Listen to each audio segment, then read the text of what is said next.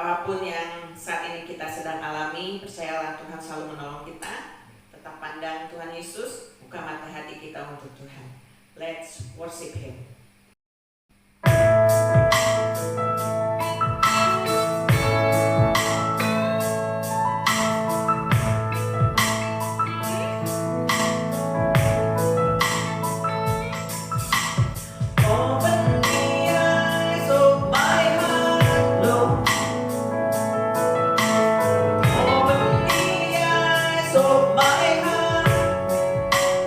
I want to see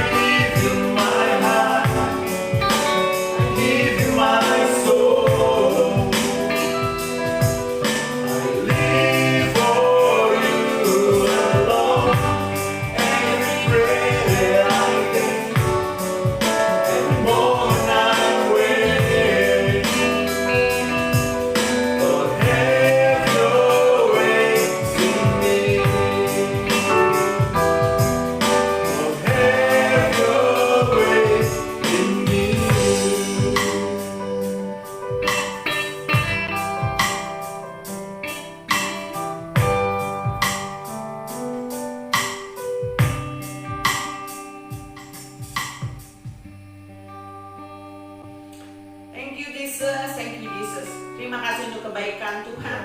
Terima kasih untuk kasih setia Tuhan. Terima kasih untuk pemeliharaan Tuhan. Terima kasih untuk segala sesuatunya. Apapun yang sedang kami alami saat ini, biarlah kami tetap mengatakan bahwa Engkau baik, dan biarlah kami senantiasa mengandalkan Tuhan dan dekat sama Tuhan setiap saat Tuhan, karena Engkau sumber pertolongan kami, kekuatan kami, dan kami butuh firman-Mu, kami butuh Engkau Tuhan Yesus dalam kehidupan kami. Engkau yang selalu menopang kami, dan biarlah Engkau yang berdaulat atas kehidupan kami. Engkau yang akan terus memulihkan kami, mengajar kami, membimbing kami Tuhan Yesus, sehingga kami boleh turut hidup sesuai dengan kehendak-Mu saja. Berkati hamba-Mu yang akan menyampaikan firman-Mu pada saat ini. Kami percaya Tuhan menyediakan berkat buat kami semua lewat firman, dan kami mau siapkan karena hati kami yang terbaik, sehingga itu akan bertumbuh di dalam kehidupan kami, dan biarlah kehidupan kami juga boleh senantiasa memuliakan Engkau. Terima kasih, di dalam nama Tuhan Yesus kami bersyukur dan berdoa. Haleluya. Amin. Amin. Midweek Worship Community dimanapun Anda berada, hari ini kita akan diberkati oleh kekuatan firman Tuhan yang spesial dibawakan dari BMC Colorado oleh Pastor Jimmy. Enjoy his word. Shalom, saudara-saudara yang terkasih dalam Tuhan Yesus Kristus. Saya Pendeta Jimmy Latuputi, Gembala dari Gereja Tuhan Bethany Medical Center, Colorado yang ada di Amerika. Saya mau menyapa saudara, Bapak Ibu sekalian yang tergabung di dalam MWMW Community Channel. Saudara, izinkan saya hari ini untuk menyampaikan pesan Tuhan buat kita semua yang saya beri judul From Militant to Military. Artinya apa yang Tuhan sampaikan kepada saya, bagaimana hari-hari ini Tuhan mau supaya kita bukan hanya memiliki satu karakter yang militan saja, tetapi Tuhan mau kita menerjunkan diri untuk menjadi tentaranya Tuhan. Kenapa kita harus menjadi tentaranya Tuhan, saudaraku? Ya, karena menjadi seorang tentara artinya kita adalah orang-orang yang mau berkorban, orang yang mau diajar, orang yang mau dididik, orang yang mau menjadi pembela atas kebenaran. Nah, oleh sebab itu saudaraku, memang tidak mudah untuk menjadi seorang tentaranya Tuhan. Kita harus melewati proses demi proses untuk kita mengalami kenaikan pangkat di dalam kemiliteran, untuk kita menjadi lebih matang, lebih dewasa, lebih kuat di dalam mentalitas dan kerohanian kita tentunya sebagai tentaranya Tuhan. Nah, saudaraku, mari kita sama-sama lihat apa yang dikatakan oleh firman Tuhan di dalam Efesus pasal 6 ayat yang ke-13, ya, dengan judulnya taat dan kasih. Nah, ini salah satu yang harus dimiliki oleh seorang tentara adalah taat. Ya, seorang tentara harus taat kepada komandannya. Sama seperti kita sebagai anak Tuhan, sebagai tentara Tuhan, kita harus taat kepada Tuhan yang adalah menjadi pemimpin kita, menjadi panglima kita di dalam hidup kita, di dalam pengiringan kita kepada Tuhan, dan dalam percaya kita kepada Tuhan Yesus. Nah, apa yang dikatakan dalam Efesus pasal 6 ayat yang ke-10 sampai ke-13, saudaraku. Ayat yang ke-10, ya, akhirnya hendaklah kamu kuat di dalam Tuhan, di dalam kuat kuasanya, dan kenakanlah seluruh perlengkapan senjata Allah supaya kamu dapat bertahan melawan tipu muslihat iblis. Karena perjuangan kita bukanlah melawan darah dan daging, tetapi melawan pemerintah-pemerintah, melawan pengusaha-pengusaha, melawan penghulu-penghulu dunia yang gelap ini, melawan roh-roh jahat di udara. Nah, kita harus garis bawahi, saudaraku, bahwa musuh kita bukanlah darah dan daging, tetapi para penguasa-penguasa dunia ini, roh-roh jahat yang ada di udara. Nah, saya percaya hari-hari ini mungkin ada begitu banyak orang yang frustasi, orang yang depresi melihat keadaan, bahkan saling menyalahkan satu dengan yang lain. Kita lupa sebagai anak Tuhan bahwa persoalan kita bukanlah melawan darah dan daging, tapi roh-roh jahat yang mencoba merasuki orang-orang yang ada di sekitar kita, saudaraku. Ya, dan yang terakhir adalah dikatakan bahwa sebab itu ambillah seluruh perlengkapan senjata Allah supaya kamu dapat mengadakan perlawanan pada hari yang jahat itu dan tetap berdiri sesudah kamu menyelesaikan segala sesuatu. Nah, ini penting bagi kita, saudaraku, ya. Kalau kita sudah mengerti bahwa musuh kita bukanlah darah dan daging, ya, bukan suami, bukan istri, bukan anak, bukan teman sekerja, bukan bos kita, bukan pendeta kita sama pelayan Tuhan, tetapi roh-roh jahat, maka kita harus menggunakan perlengkapan senjata Allah, yaitu kita harus banyak hari-hari ini melakukan peperangan rohani, saudaraku, ya. Nah, kita akan melihat contoh, saudaraku, ya, bagaimana seseorang yang dipakai Tuhan, tokoh Alkitab, ada begitu banyak, ya, contoh seperti Musa yang dipakai Tuhan, ya, dari seorang yang militan menjadi seorang tentaranya Tuhan untuk membebaskan bangsa Israel keluar dari perbudakan. Kemudian juga apa yang terjadi dengan Yusuf, saudaraku, ya, yang dikhianati oleh keluarganya, kakak-kakaknya, tetapi pada akhirnya Yusuf menjadi pembela bagi keluarganya, bahkan bagi seluruh bangsa Israel. Dan hari ini saya akan mengambil salah satu contoh tokoh Alkitab yang sering kita dengar, yang pernah kita baca ceritanya, itu Raja Daud. Nah, saudara, apa yang saya catat tentang Raja Daud ini yang dari militan menjadi militari, menjadi tentaranya Tuhan. Ya, yang pertama, ya, kita tahu bahwa Daud juga ternyata orang yang biasa-biasa saja, sama seperti saudara dan saya. Ingat, ketika Tuhan memerintahkan Nabi Samuel untuk memilih salah satu orang anak dari Isai untuk diurapi, untuk menjadi seorang raja di Israel menggantikan Raja Saul. Ya, semua anak-anak Isai ketika diperlihatkan kepada Raja Samuel pada saat itu tidak ada yang terpilih untuk diurapi. Tetapi ini yang dikatakan firman Tuhan dalam 1 Samuel pasal 16 ayat yang ke-11. Lalu Samuel berkata kepada Isai, "Inikah anakmu semuanya?" Jawabnya, "Masih tinggal yang bungsu, tetapi sedang mengembalakan kambing domba." Nah, ternyata dari semua yang sudah ditunjukkan anak-anak Isai, mungkin yang tinggi, yang besar, yang ganteng, dan lain sebagainya, ternyata tidak ada yang dipilih oleh Samuel. Tidak ada yang dipilih oleh Tuhan untuk diurapi saat itu. Oleh sebab itu, Raja Samuel bertanya, "Inikah semuanya anak-anakmu?" Ternyata masih ada satu anak lagi, yaitu yang paling bungsu. Ya, yang dikatakan tadi bahwa masih tinggal yang bungsu, tapi sedang mengembalakan kambing domba. Saya mencatat, ternyata Daud hanya seorang biasa-biasa saja. Tugas dan tanggung jawab pekerjaannya, dia hanya mengembalakan kambing domba daripada orang tuanya, saudaraku. Yang kedua, saya mencatat bahwa Daud dari orang biasa-biasa akhirnya mendapat promosi dari Tuhan, ya. Akhirnya Daud dipromosikan, dia masuk dalam kerajaan Saul, dia menjadi pelayan Saul dan menjadi pembawa senjatanya. Dan ini tertulis dalam 1 Samuel pasal 16 ayat yang ke-21. Dikatakan, "Demikianlah Daud sampai kepada Saul dan menjadi pelayannya. Saul sangat mengasihinya dan ia menjadi pembawa senjatanya." Nah, saudaraku, itulah kehidupan kita orang percaya. Tuhan selalu membawa kita going to the next level, step by step, untuk kita naik dan bukan turun, jadi kepala dan bukan ekor. Itulah janji firman Tuhan, dan itu adalah pilihan daripada kita. Maukah kita hari-hari ini dipakai Tuhan untuk menjadi alatnya, untuk menjadi tentaranya Tuhan, untuk menjadi kepala dan bukan ekor, ya. Yang kedua, saya mencatat bahwa Daud menjadi pelayan Saul dan menjadi pembawa senjatanya. Daud mendapat promosi. Dan yang ketiga, saya mencatat bahwa Daud setelah menjadi pelayan dan menjadi pembawa senjata, bahkan juga Alkitab mengatakan bahwa Daud dipakai Tuhan untuk menghibur, mengusir roh jahat, yang ketika Saul kerasukan roh jahat, kemudian Saul memanggil Daud untuk memainkan kecapi dan menaikkan pujian penyembahan. Ternyata sangat berkuasa dalam pujian penyembahan. Ketika Daud menaikkan pujian penyembahan dan memainkan kecapinya, maka Alkitab mencatat kuasa jahat itu keluar dari diri Raja Saul. Dan yang ketiga, saya mencatat bahwa Daud akhirnya dipromosi, dia diperlengkapi dengan perlengkapan perang, saudaraku, ya. Dari seorang pelayan pembawa senjata, akhirnya dia diperlengkapi naik menjadi seorang tentara yang diperlengkapi dengan senjata, saudaraku, dengan perlengkapan perang, yang tercatat di dalam 1 Samuel 17 ayat yang ke-38. Dikatakan, "Lalu Saul mengenakan baju perangnya kepada Daud, ditaruhnya ketopong tembaga di kepalanya dan dikenakannya baju jirah kepadanya." Lihat, promosi demi promosi yang terjadi dalam kehidupan Daud. Begitupun dengan kita sebagai orang-orang percaya hari-hari ini. Tuhan mau mempromosikan kita, Tuhan mau menjadikan kita lebih lagi menjadi orang yang bertanggung jawab, yang berani membela kebenaran dan memberitakan Injil dan memberitakan siapa Yesus yang kita sembah, yang kita layani, yang kita percaya melalui kehidupan saudara dan saya.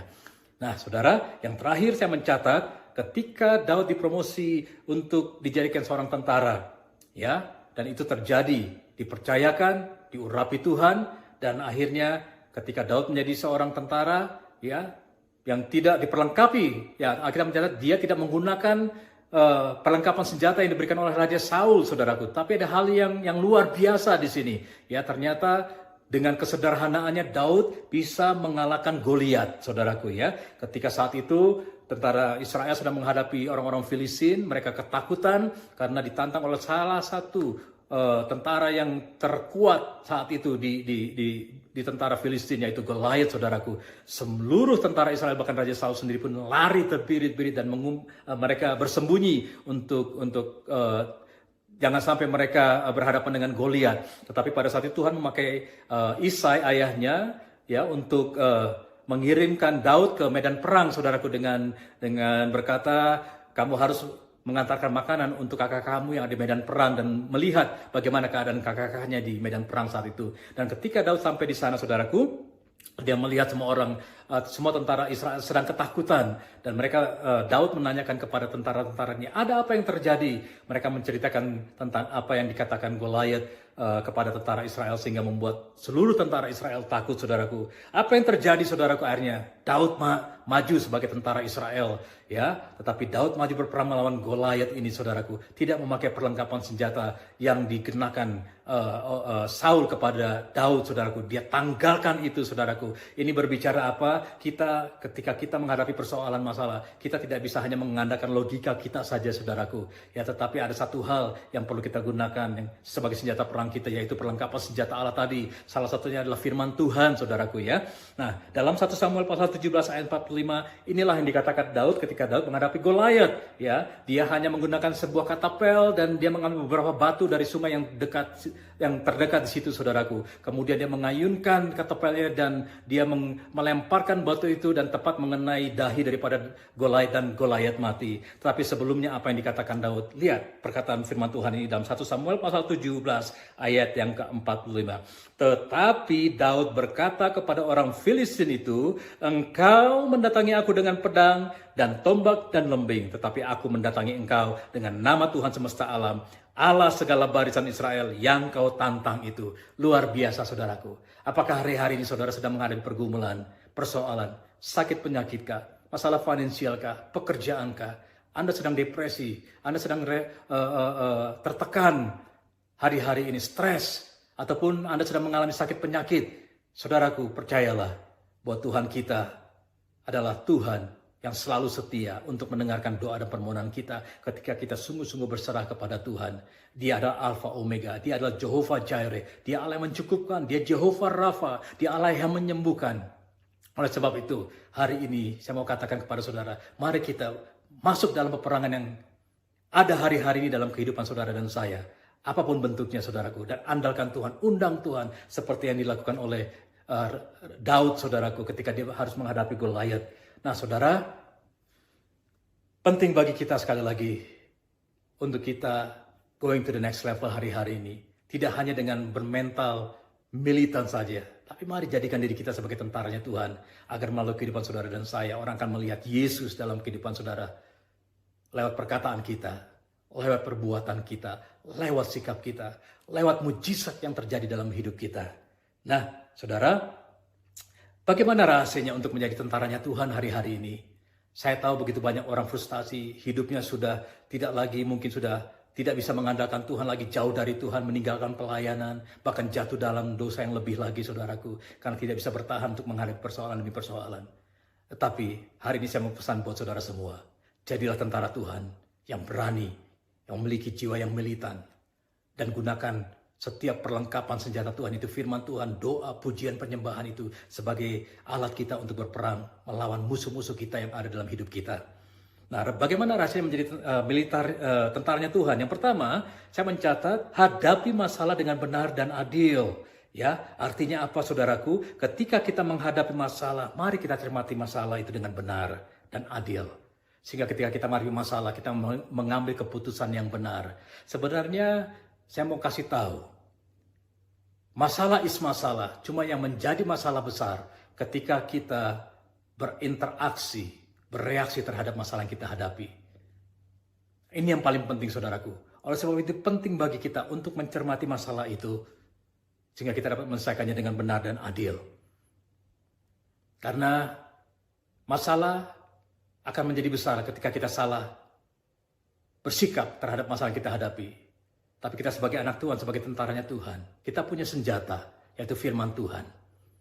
Mari jadikan firman Tuhan sebagai sandaran hidup kita, sandaran dalam kita menyelesaikan setiap masalah yang kita hadapi. Ya, oleh sebab itu penting bagi kita sebagai tentara-tentaranya Tuhan. Hadapi masalah dengan benar dan adil. Jangan cari pembenaran, saudaraku. Ya, orang dunia bisa berkata, tidak ada asap kalau tidak ada apinya. Seringkali kita hanya mencari kesalahan orang lain. Sementara kita lupa bahwa kita juga ada di dalamnya. Sehingga masalah itu terjadi. Amin.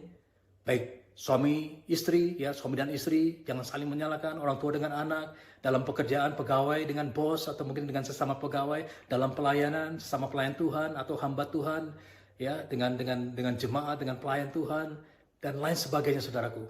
Ya, mari kita hadapi masalah dengan benar. Begitupun mungkin kalau saudara menghadapi persoalan masalahnya adalah sakit penyakit, mari coba kita kaji kenapa saya sampai kena sakit. Ya, mungkin karena kesalahan kita, karena kita tidak menjaga kesehatan kita. Jadi mari kita hadapi masalah itu dengan benar dan adil. Amin. Ya. Kemudian yang kedua, bagaimana rahasia menjadi militernya Tuhan, tentaranya Tuhan. Yang kedua, yaitu hadapi masalah dengan hati rela. Nah, ini penting. Hadapi masalah dengan hati rela untuk menjadikan kesaksian hidup yang baik. Jadi kalau kita punya masalah, mari kita rela menerima masalah itu. Jangan kita selalu menjadi orang yang menolak, tidak mau punya masalah. Siapa di sini yang hidupnya tidak punya masalah? Pasti kita semua punya masalah. Itulah sebabnya Yesus datang ke dunia ini untuk mengangkat setiap masalah kita. Dan ketika Yesus naik ke surga, Yesus bilang apa? Aku akan memberikan seorang penolong, yaitu Roh Kudus. Di dalam diri saudara dan saya ada Roh Kudus. Jadi saudara tidak berperang sendirian. Amin. Jadi setiap masalah yang kita hadapi, ayo hadapi dengan hati rela, saudaraku. Karena dengan masalah, kita sedang diajar dididik Tuhan. Supaya kita menjadi orang yang dewasa. Supaya kita menjadi orang yang kuat di dalam Tuhan. Sehingga melalui kehidupan saudara dan saya, orang akan melihat sekali lagi Yesus lewat perkataan kita, lewat sikap kita, lewat perbuatan kita. Sehingga orang akan berkata, wow, sungguh orang ini hatinya melekat kepada Tuhan. Sehingga ketika orang dekat sama kita, orang-orang di sekitar kita, baik di dalam pekerjaan, di dalam komunitas kita, mereka merasakan kebaikan Tuhan lewat sikap kita, lewat tindakan, lewat perbuatan kita. Amin, saudaraku. Ya, mari oleh sebab itu kita sama-sama belajar, saudaraku, hadapi masalah dengan hati yang rela. Ya, jangan hanya menunjuk satu jari kepada orang lain, saudaraku, tapi kita lupa nih 3 jari, 4 jari bahkan yang tertuju kepada diri kita, yang sebenarnya mungkin kita adalah orang yang menjadi pembuat masalah itu, tapi kita menunjuk orang lain sebagai pembawa masalah.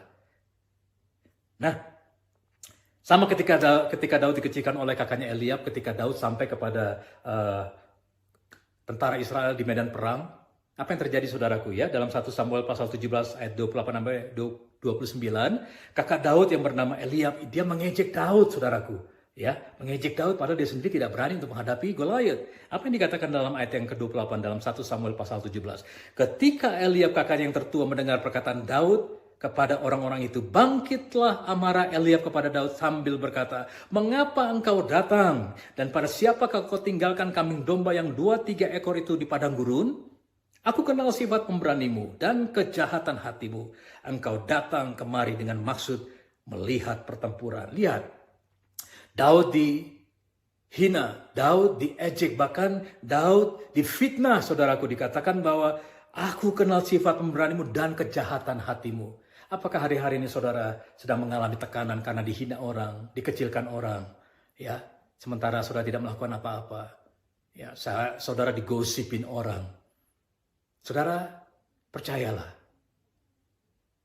bahwa apa yang saudara terima hari-hari ini, serahkan semuanya kepada Tuhan. Dia Maha tahu. Asal kita betul-betul tidak melakukannya, asal kita betul-betul kita sadar bahwa apa yang orang katakan itu tidak benar, maka percayalah Tuhan akan memberikan pembelaan bagi saudara. Ya, lihat.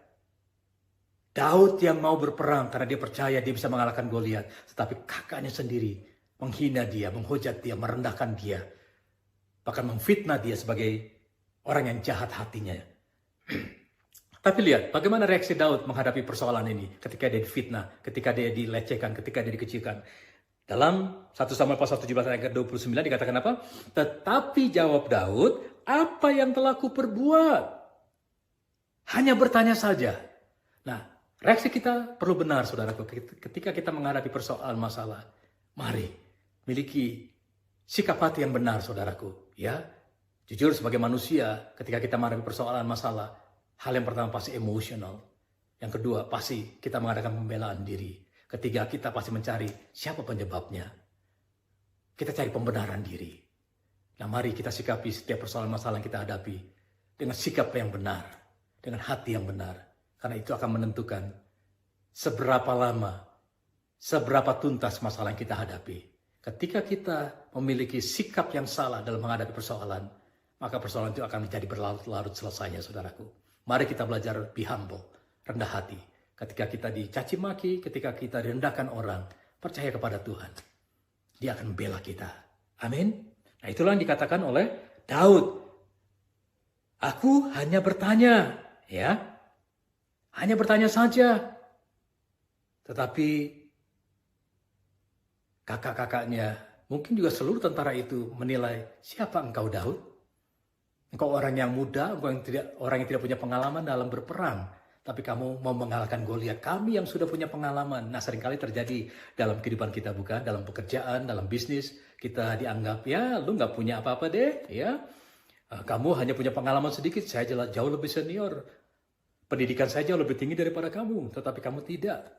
Ya, begitupun dalam pelayanan. Saya sudah melayani Tuhan 10 tahun, 20 tahun. Kamu hanya baru melayani. Tapi percaya, ketika kita sungguh-sungguh bisa mengandalkan Tuhan ketika kita dilecehkan, ketika kita direndahkan, atau ketika kita sedang mengalami sakit penyakit yang berat sekalipun yang sudah divonis oleh dokter, kita bersikap benar. Maka percaya itu menjadi kekuatan kita untuk kita berkemenangan. Amin.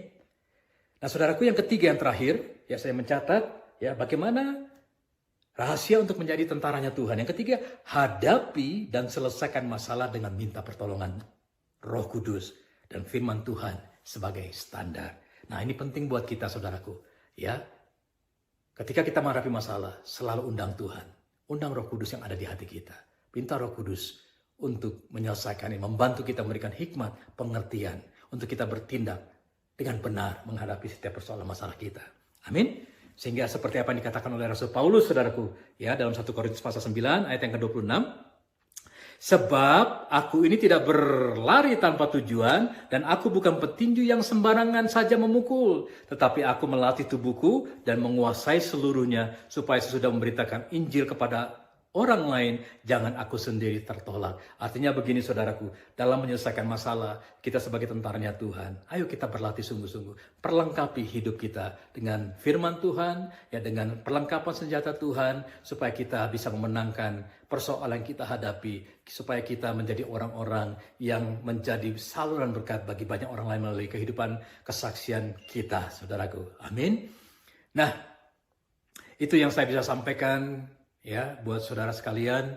Apa yang hari-hari ini saudara sedang hadapi bersama dengan Tuhan, bersama dengan Rohnya Tuhan, Roh Kudus yang ada dalam diri kita. Dia akan memberikan kelepasan, dia akan memberikan pertolongan. Apapun pergumulan saudara, saya percaya hari ini Tuhan mau untuk kita menjadi tentara-tentaranya Tuhan. Nah, saudaraku, saya ingin berikan kesaksian sedikit, ya. Dalam beberapa bulan ini kami sekeluarga sedang menghadapi persoalan cukup berat bagi kami, khususnya ya di dalam rumah tangga, juga dalam pelayanan, di mana kami merasa bahwa cukup bertubi-tubi masalah yang datang di dalam kehidupan keluarga kami, saudaraku. Bahkan yang paling menyedihkan adalah ketika dua hari lalu, saudaraku, ya, ketika istri saya sedang mengalami kelemahan tubuh dan saya membawa istri saya ke dokter, dan saat itu juga saya juga sedang mengalami kelemahan tubuh, yaitu batuk-batuk, saudaraku, ya. Nah, ketika saya membawa istri saya ke dokter, ke rumah sakit, saat itu ke emergency, ya, kami sedang mengalami yang namanya pergantian musim, saudaraku, ya. Kami dari summer memasuki musim gugur, jadi kebanyakan orang akan mengalami yang namanya alergi, kemudian juga flu. Dan saat itu kami berdua sedang terkena, ya, saya terkena batuk sedikit dan istri saya sedang mengalami yang namanya sinus, saudaraku. Dan akhirnya saya memutuskan untuk membawa istri saya ke rumah sakit untuk diperiksakan. Nah, ketika kami membawa istri saya ke rumah sakit, ya, kemudian nurse datang kepada kami dan menanyakan semua apa yang membawa kami ke rumah sakit untuk diperiksakan. Dan akhirnya istri saya menjelaskan bahwa dia merasa ini itu. Dan dijelaskan bahwa dia sedang mengalami sinusnya kembali, setiap tahun selalu mengalami hal ini. Tetapi apa yang terjadi, saudaraku, yang dijawab oleh nurse adalah, oh, kamu kena COVID-19. Saya kaget. Langsung saya tanya, kamu nggak periksa, kamu nggak tes, Tetapi ini consider dengan COVID-19. Saya katakan seperti itu. Akhirnya nurse rumah sakit tidak melakukan apa-apa, kami dikirim pulang.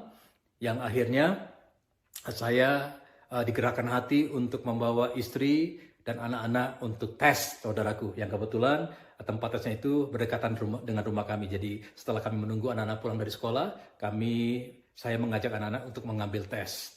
Nah, 3 hari lalu kami ngambil tes, kemudian 2 hari lalu kami dapat resultnya. Nah, sungguh sangat mengejutkan kami. Anak-anak kami negatif, tetapi saya dan istri dinyatakan positif. Jujur menjadi beban saya, saudaraku, pada saat itu. Tetapi satu penghiburan dari Tuhan menguatkan saya. Saya perkatakan tidak, kami tidak terinfekted dengan COVID-19. Dan kami berdoa bersama-sama dengan istri, kemudian kami juga melakukan doa, pujian penyembahan. Dan puji Tuhan, saudaraku, sampai saat ini, yang sebenarnya dari hari Senin, ya ini hari yang ke-6, kami sekeluarga dalam keadaan sehat, dalam keadaan fit, bahkan kami juga memberitakan hal ini kepada jemaat-jemaat dan orang-orang yang saat itu saya masih layani. Ya, hari Minggu saya masih berkhotbah, kemudian hari Senin dan Rabu masih melakukan aktivitas, saudaraku. Dan saya minta untuk seluruh jemaat yang dekat dengan saya untuk memeriksakan ke dokter, apakah mereka terinfekted. Ternyata puji Tuhan sampai hari ini semua jawabannya negatif, mereka sehat semua, bahkan saya dan istri. Nah, saudaraku, saya percaya ketika kita mau mengandalkan Tuhan, kita mau menjadi tentaranya Tuhan yang dipilih, yang diperlengkapi oleh Tuhan, percayalah pembelaan Tuhan dalam hidup kita. Dan saya percaya bahwa Tuhan akan memulihkan keadaan kami sekeluarga, bahkan seluruh jemaat-jemaat. Ya, saya tidak bilang bahwa COVID itu tidak ada, saudaraku. Ya, tetapi saya percaya ketika kita sungguh-sungguh mengandalkan Tuhan, maka Tuhan akan bertindak. Baik dalam hal sakit penyakit sekalipun, mujizat terus terjadi. Apapun yang saudara sedang hadapi hari-hari ini, andalkan Tuhan. Jadilah tentara Tuhan, sehingga melalui kehidupan saudara dan saya, nama Tuhan dipermuliakan, akan banyak orang yang melihat bahwa God is exists. God ada, saudaraku. Bukan seperti yang orang-orang ateis katakan tidak ada Tuhan. Tapi marilah kita menjadi tentaranya Tuhan. Untuk kita deklarasikan bahwa Tuhan itu ada. Dan dia satu-satunya penolong dan juru selamat kita yang hidup. Amin. Nah, saudaraku, ada satu pujian lama yang memberkati saya dan istri ketika kami menghadapi hal ini. Inilah pujian yang kami naikkan selalu, saudaraku, ya, di dalam kami menghadapi peperangan secara rohani, ya, persoalan dalam rumah tangga, cibiran, cemoohan, bahkan ditambah lagi dikatakan bahwa kami terinfekted dengan COVID-19. Nah, pujian ini berkata seperti ini. Yesus, Kaulah pembelaku, pada siapa aku harus takut. Yesus, Kau perlindunganku, ku tak gentar menghadapi musuh. Sekarang tegaklah kepalaku, hadapi lawanku yang berada di sekelilingku, dan mulutku memuji, bermazmur bagimu, bersorak bagi kebesaranmu.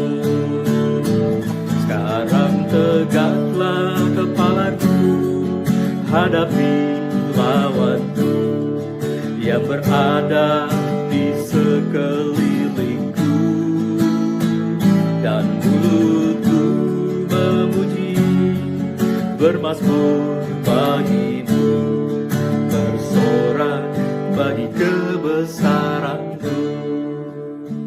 Bapa di surga, inilah pujian hamba-Mu Tuhan. Dan aku percaya juga Tuhan, buat setiap saudara-saudara yang mengikuti pesan Tuhan saat ini, apapun yang mereka sedang hadapi, musuh-musuh apapun yang sedang kami hadapi Tuhan, yang berada di sekeliling kami mau Tuhan untuk menjadi tentaranya Tuhan, yang terlatih, yang teruji, yang terdidik untuk melawan setiap peperangan yang ada dalam kehidupan kami. Kami percaya ketika masalah-masalah ini kami perangi Tuhan bersama dengan Tuhan, dan firman Tuhan menjadi sandaran kami, maka tidak ada satu masalah pun yang tidak bisa kami hadapi. Dan kami percaya kami akan memenangkan setiap peperangan, pergumulan dalam hidup setiap kami. Hamba memberkati Tuhan setiap saudaraku Tuhan yang sedang mengalami kesulitan-kesulitan dalam hidup, masalah-masalah dalam hidup, baik itu dalam sakit penyakit, dalam financial, relationship, apapun itu Tuhan, dalam pekerjaan, dalam bisnis. Hamba-Mu berdoa Tuhan, bahwa kami adalah tentara-tentara Kristus yang sudah dipilih oleh Tuhan untuk memenangkan setiap peperangan kami, sehingga melalui kehidupan kami, nama Tuhan dipermuliakan, dan kami menyaksikan kebaikan kemurahan Tuhan, dan siapa Yesus yang kami sembah, yang kami percaya, yang kami layani, yang adalah Tuhan dan Juru Selamat kami, yang adalah jalan, kebenaran, dan hidup. Terima kasih Tuhan Yesus, berkati seluruh umat-umat-Mu Tuhan, mulai saat ini sampai Maranatha Tuhan Yesus datang yang kedua kali. Kami akan melihat bagaimana kemuliaan Tuhan dinyatakan dalam hidup kami, dan hidup kami dipakai Tuhan untuk menjadi tentara-tentara-Mu di akhir zaman ini. Dalam nama Tuhan Yesus, haleluya, amin. Tuhan Yesus memberkati.